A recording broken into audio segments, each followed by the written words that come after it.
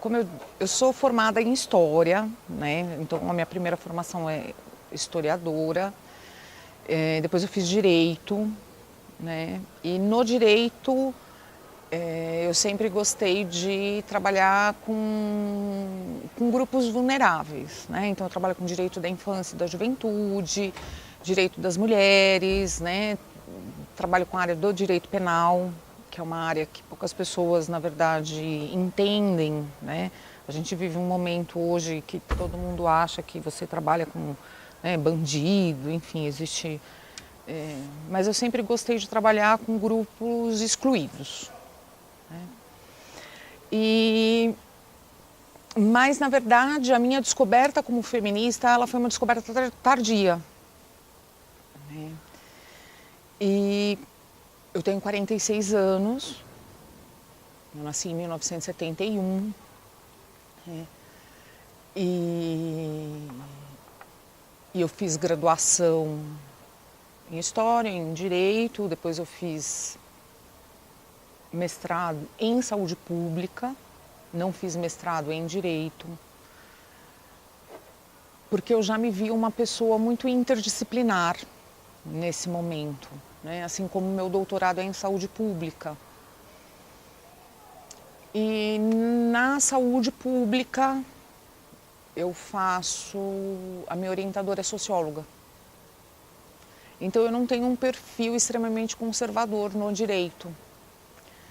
Mas eu me descobri feminista depois do meu divórcio. Isso tem muito a ver com a minha história pessoal, né? Eu me divorciei no ano de 2006, né? E o divórcio foi um momento bastante marcador de águas na minha vida pessoal. Porque ali eu me descobri violentada, né? Até ali eu era uma pessoa que eu achava, que eu acreditava em casamento e tal. E não foi porque eu me amargurei com o casamento, não. Foi realmente porque eu comecei a me perceber como uma mulher vítima de violência, né? E aí eu comecei a questionar algumas coisas internamente e fui em busca de respostas. E tive a oportunidade de encontrar isso no mundo acadêmico. E eu falei, nossa, gente, essas respostas estão na academia. E quando eu fui fazer o mestrado, eu entrei no mestrado na saúde pública para trabalhar com direito penal, né? Uma área que chama direito penal sanitário, que é ligado a essas questões da saúde pública. E lá existe o Departamento de Saúde Materno-Infantil. Então, esse departamento ele tem um grupo de professoras que são todas feministas. E aí a minha orientadora falou, olha, a gente pode trabalhar com medida de segurança, que é o tema da minha pesquisa. Eu trabalho com o chamado louco infrator, né? Que é um outro grupo de excluídos, né? Quem quer falar de gente que cometeu crime ainda é louco, né? Enfim. E com mulheres. E ela falou, então vamos pesquisar as questões de gênero. E aí tudo aquilo começou a se encaixar. A minha vida pessoal, aquelas questões que eu tinha com a minha vida acadêmica, não é? E aí eu comecei a estudar, comecei a ir para antropologia, né? Lá na FIFLESH, não sei se vocês já ouviram falar da FIFLESH, que é a Faculdade de Filosofia e Ciências Humanas da USP. Aí eu fui fazer gênero e antropologia, aí eu fui fazer outra disciplina de gênero na saúde pública. E aí eu fui entender o que era feminismo, o que era gênero. E aí tudo isso se descortinou na minha vida. O que o movimento feminista prega?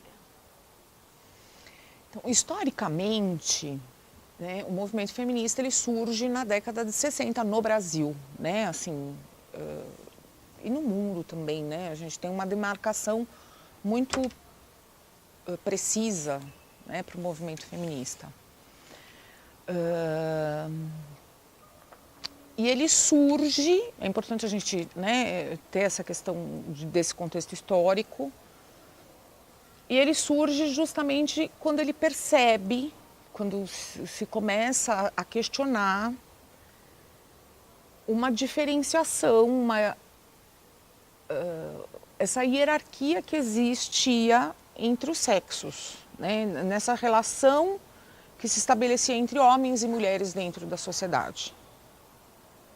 Então se começa a questionar que a relação que se estabelecia entre homens e mulheres era uma relação de opressão, era uma relação de poder, era uma relação de submissão, era uma relação de subjugação. Então o movimento feminista, ele nasce nesse contexto em que se questiona os papéis exercidos a partir dos sexos, né, dentro da sociedade. E a conclusão que se tem é: a relação estabelecida entre homens e mulheres é uma relação de poder, submissão, opressão e subjugação, submissão, né? E, portanto, a partir, né, daí até os dias de hoje, se você diz o que o movimento feminista prega, o movimento feminista prega que não existe possibilidade de que nenhuma relação humana seja baseada em desigualdade, seja baseada em hierarquia. Então você não pode ter uma relação estabelecida como uma relação de dominação, de opressão ou submissão, porque não existe desigualdade, existe igualdade, e nesse caso igualdade de gênero. Porque é importante que a gente ressalte que, na verdade, a partir do movimento feminista é que a gente tem a construção do conceito de gênero. Você acredita ainda que as pessoas não sabem diferenciar que o feminismo é a igualdade de gênero? Então, aí existe uma questão que é a seguinte: como do movimento feminista vem a construção do que é gênero, e hoje gênero envolve também uma questão da diversidade sexual, né? Porque aí a gente tem um outro movimento histórico nisso tudo. Então você tem o feminismo, depois a gente tem, né? Então veja, o que marca o movimento feminista? A publicação de um livro da Simone de Beauvoir, que é a chamada mística feminina. Sim, eu já li o livro. Né? Então, você tem lá, historicamente, né? Se a gente vai... Tá. Depois, a gente tem duas grandes escritoras do gênero que começam, né? Que é Joan Scott e Gayle Rubin, que vão falar de gênero.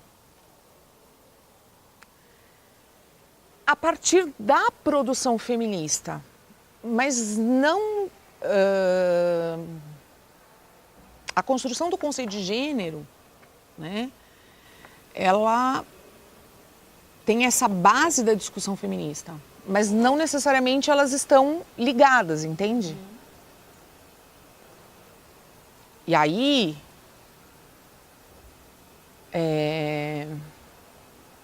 se constrói o conceito de gênero. Essa questão do gênero, hoje, ela sofre, desde a década de 60, ela sofre uma, como eu diria, não gosto da palavra evolução, mas o conceito de gênero, ele sofre uma ampliação. Por quê? Porque se você diz que gênero é uma relação que se estabelece entre os sexos, né? Sexo é um conceito biológico e gênero é a relação de poder entre os sexos, entre homens e mulheres. Hoje a questão é mais ampla. Quem é homem e quem é mulher? O que é ser homem hoje? E aí você retoma Simone de Beauvoir. Ninguém nasce mulher, você torna-se mulher. Lá em 1960, o contexto que ela dizia era um. Mas hoje, você retomando a frase dela, você tem a questão da homossexualidade, dos transgêneros, e você precisa falar tanto de orientação sexual como de identidade sexual. Então você está falando de heterossexuais, de homossexuais, mas você também está falando da questão da identidade, de como a pessoa se vê. Né? Então você está falando de transgênero, de quem é cisgênero, não é? Então o conceito de gênero hoje, ele importa também uma discussão não só do feminismo, mas da questão da diversidade sexual. Daí, a gente não pode desvincular a questão do feminismo hoje de uma discussão de direitos sexuais e reprodutivos. Mas você acha que tipo, as pessoas ainda não falam assim, falam que o feminismo é que as mulheres querem mandar. Você acredita que muita gente ainda tem esse pensamento? Ah, sem dúvida, né? As pessoas não sabem o que é feminismo, existe um senso comum, né? As pessoas acham que elas aprendem alguma coisa pelo Facebook, né? Então, essa ideia de que feminismo é um movimento de mimimi, né? Ou de que é um movimento de que as mulheres querem mandar nos homens e romper a lógica natural das coisas, a lógica de Deus, de que... enfim, na verdade, o homem é a cabeça, né? Sabe aquelas coisas? Enfim. Aquelas frases. E aí que a gente está rompendo com toda a lógica e que a gente vai quebrar o equilíbrio do universo, né? E que a gente rompe uma lógica cristã. E aí as pessoas tentam desqualificar uma luta que é uma luta de direitos, né? Usando argumentos que não são argumentos da esfera jurídica. E as pessoas caem nessa armadilha. Né? Elas usam argumentos morais, elas usam argumentos do senso comum para desqualificar algo que hoje faz parte de uma luta formal ainda, que é o reconhecimento, pelo menos legal, de que homens e direitos têm os mesmos direitos. Né? Porque a luta material, realmente essa igualdade, ainda é distante. Muito. Como você falou bastante de empoderamento feminino nessa palestra, o que seria o empoderamento feminino, para quem não sabe? Gente, empoderamento feminino, a gente sempre tem que ter noção que ele tem duas dimensões. Uma que é coletiva, né?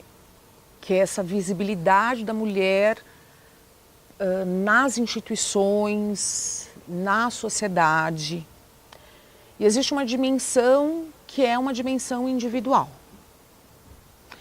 Então, quando a gente fala da dimensão individual, é importante que a gente veja que cada mulher hoje, né, ela precisa enxergar-se como indivíduo. Por quê? Porque as mulheres, elas acabaram, muitas, né, elas se anulam como um indivíduo com vontades próprias, com desejos próprios, com uma vida própria, e ela passa a viver a vida da família, a vontade dos pais, a vontade do marido, que não é o desejo dela. Por isso que muita mulher hoje vive um momento de depressão, enfim, uma série de questões, né? E aí, quando chega uma certa idade, ela fala, gente, o que eu fiz da minha vida? Né? Nossa, eu me sinto muito mal, eu me sinto muito feia, eu me sinto... Porque ela perde toda a autoestima, porque ela não investiu naquilo que ela queria. Eu deixei de estudar, eu deixei de... Né, eu cuidei dos meus filhos e agora né, que é essa dimensão mesmo, né, dela. Então, quando ela revê o papel dela dentro dessa dinâmica da família, quando ela volta a trabalhar, quando ela volta a estudar, quando ela diz, eu vou voltar a me maquiar, sabe, pequenas coisas, né? Muitas mulheres hoje revivem essas, eu não gostaria de usar a palavra pequenas, né, mas essas pequenas reviravoltas cotidianas. Isso é um empoderamento individual. Mas nós temos uma esfera que é uma esfera maior, que é um empoderamento de uma esfera coletiva. Então, quando você tem o reconhecimento, por exemplo, né, pela Organização das Nações Unidas da ONU, que é necessário que as empresas, que as corporações, que as instituições, né, elas reconheçam dentro do ambiente corporativo a igualdade de gênero, a gente já está falando de uma dimensão que é uma dimensão coletiva. Quando você tem, ainda que a gente possa discutir, né, se realmente esse é o caminho, mas quando você fala de cota para mulheres, né, em cargos políticos, você já tem uma dimensão que é uma dimensão coletiva. Porque é aquela questão, a mulher sai do espaço que lhe foi atribuído historicamente, que é o espaço privado, e ela passa a ocupar o espaço público.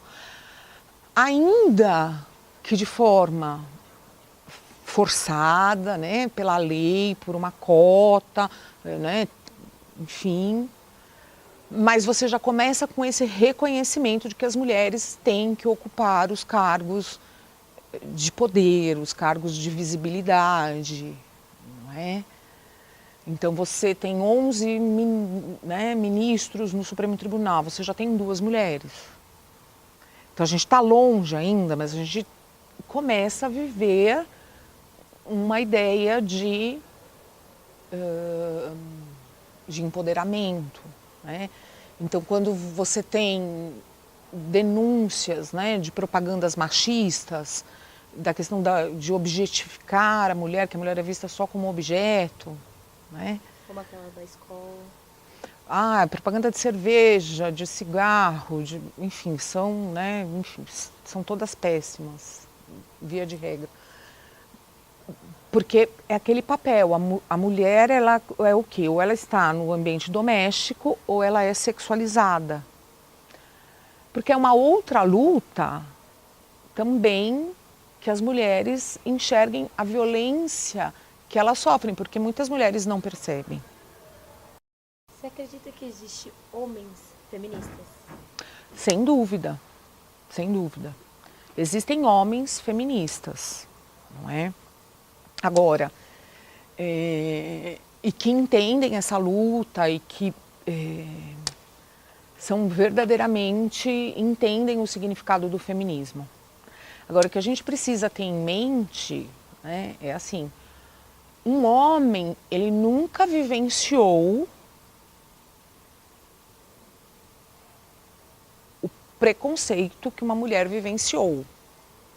Ele nunca perdeu o emprego porque ele tinha um filho, por exemplo. Uma mulher já vivenciou essa questão, né? Então assim, olá, tudo bem? Como é seu nome? O seu currículo é muito bom. Mas você tem um filho com 1 ano e meio?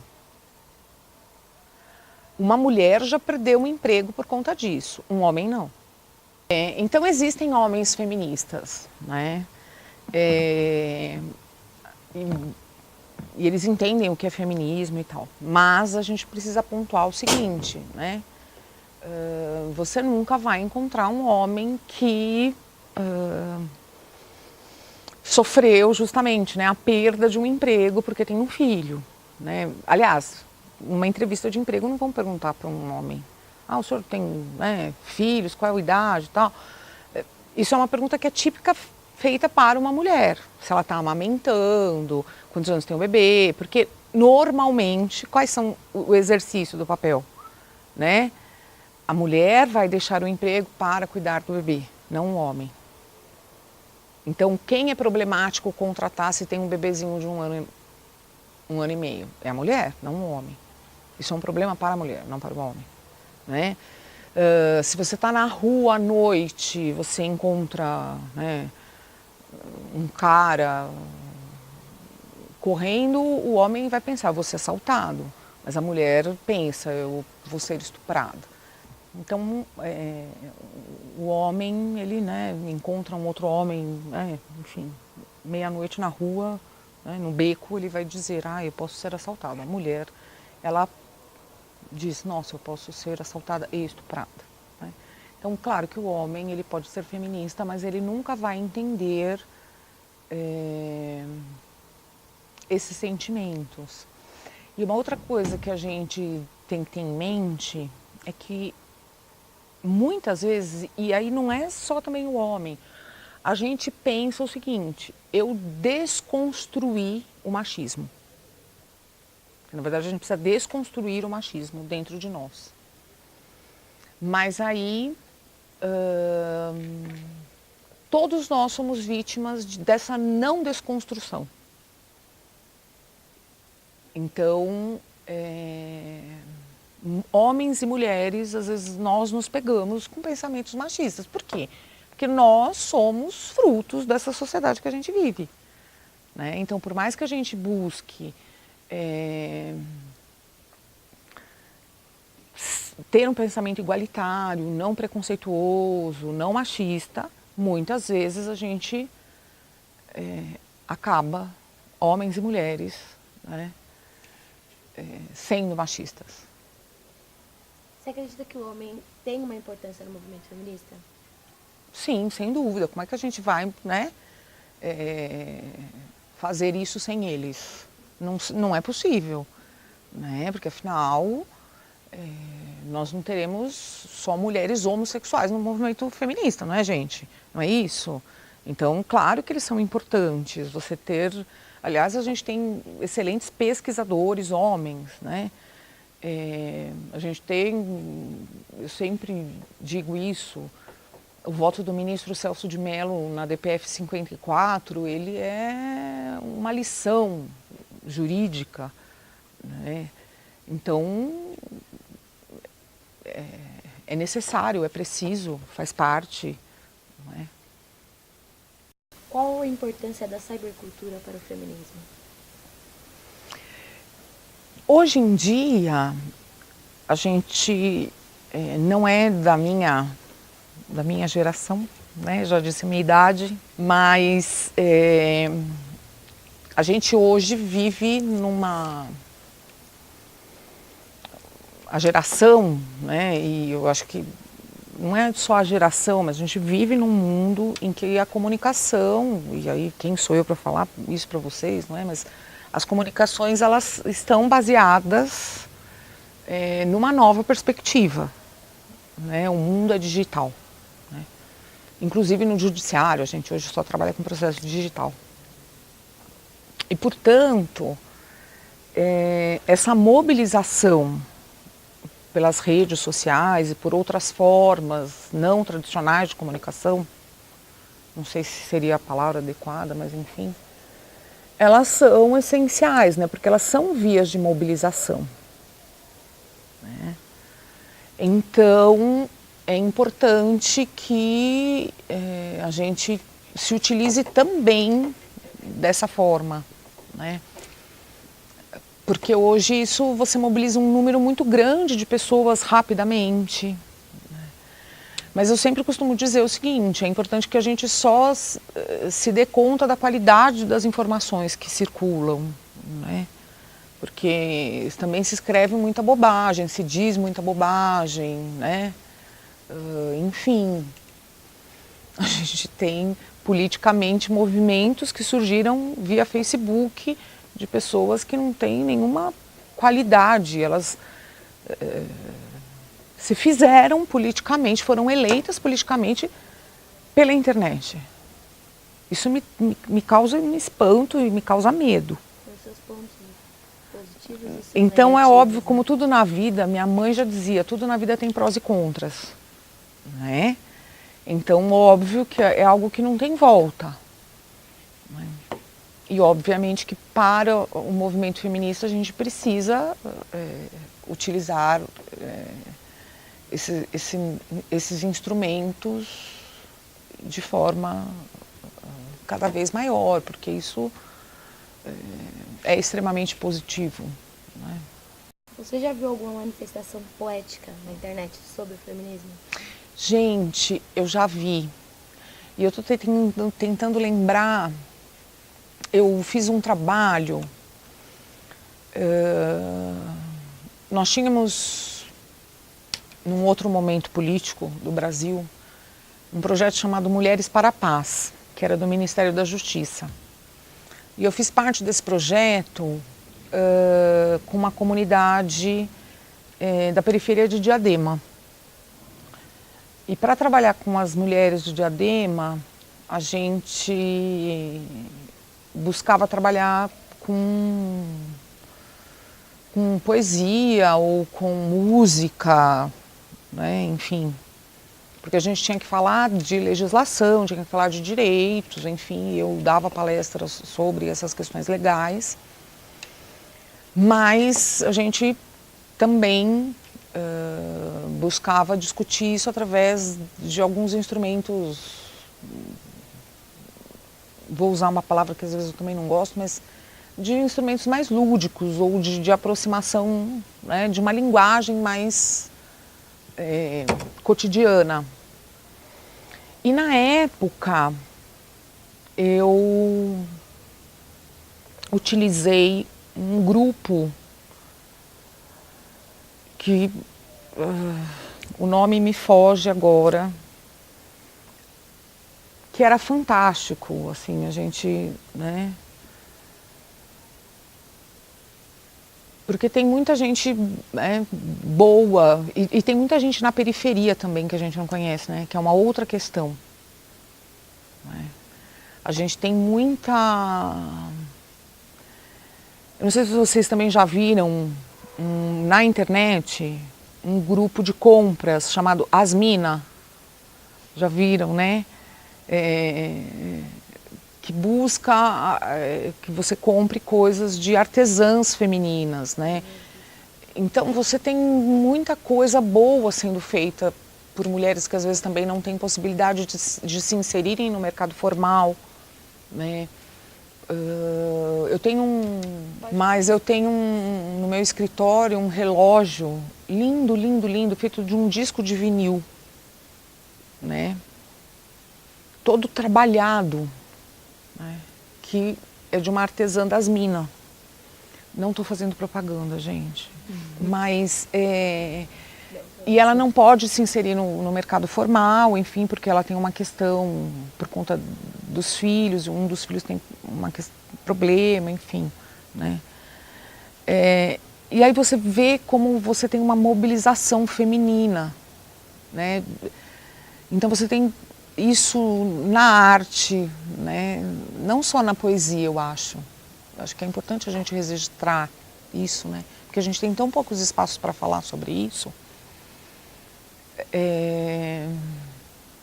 E na periferia, que eu tive a oportunidade de conhecer um pouco mais, né? Você tem tanta gente boa que a gente não conhece, né? Porque aí você vem dessas coisas julgadas meio marginais, excluídas, né? A arte é isso, né? Ser artesã, ser poetisa, ser mulher, ser negra, né? No carnaval eu fui no Bloco Pagu, né? Você entende? Porque você precisa conhecer outras realidades, né? Então você tinha lá mulheres e tal, e você tinha uma militante que era uma mulher gorda negra, entende? Que é uma outra questão. Então ela diz, olha, eu sou mulher, eu sou negra e eu sou gorda. Essa coisa incomoda. Quem é ela? Ela é mulher, ela é negra e ela é gorda. ela é invisível. Ela é um nada. Gente, olha, o feminismo é uma das saídas, né? E aí o movimento feminista, né? O feminismo é essa igualdade. O movimento feminista é uma das saídas para a igualdade de gênero, porque igualdade de gênero não é só a igualdade das mulheres, né? É mais do que isso. É o reconhecimento dessa diversidade sexual. Então, o movimento feminista é uma das questões, porque às vezes o movimento feminista também ele fecha um pouco as portas para a discussão dessa diversidade sexual, dependendo da perspectiva que se dá. Isso é uma outra discussão que ela precisa ser feita. Então, o movimento feminista é uma das questões, sem dúvida. Isso como a gente diz no direito, é conditio sine qua non, é condição sem a qual a igualdade de gênero ela não acontecerá. Mas não é a única. A gente precisa